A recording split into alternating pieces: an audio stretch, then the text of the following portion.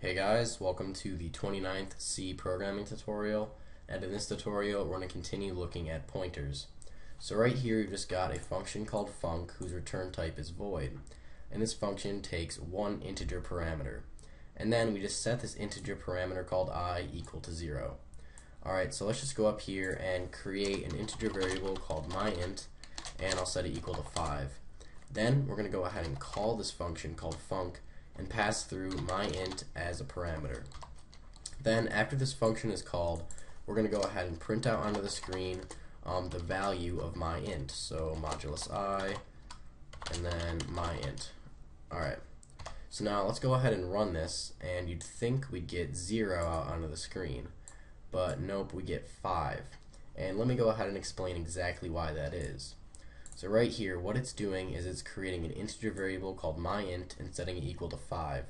Then it's calling this function called func and passing through myInt as a parameter. So basically, when this code is executed, it comes down here and sets this integer variable called I equal to whatever value is stored in myInt.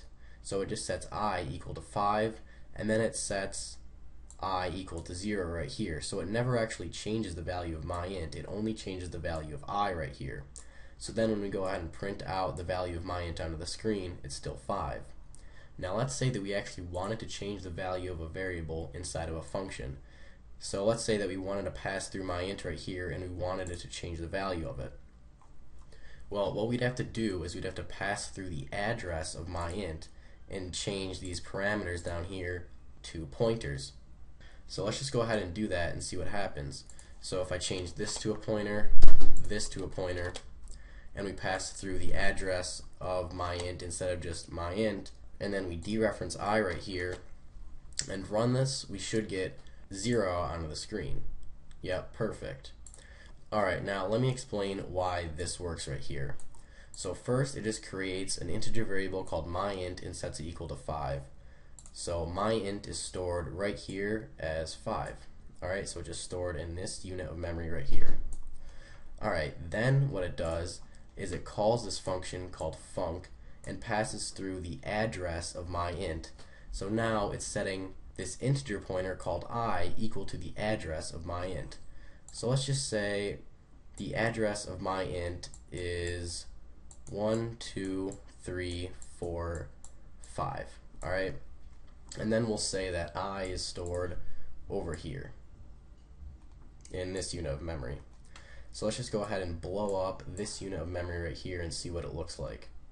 So I is stored in this unit of memory, and this unit of memory holds the value 1, 2, 3, 4, 5, or the address of myInt.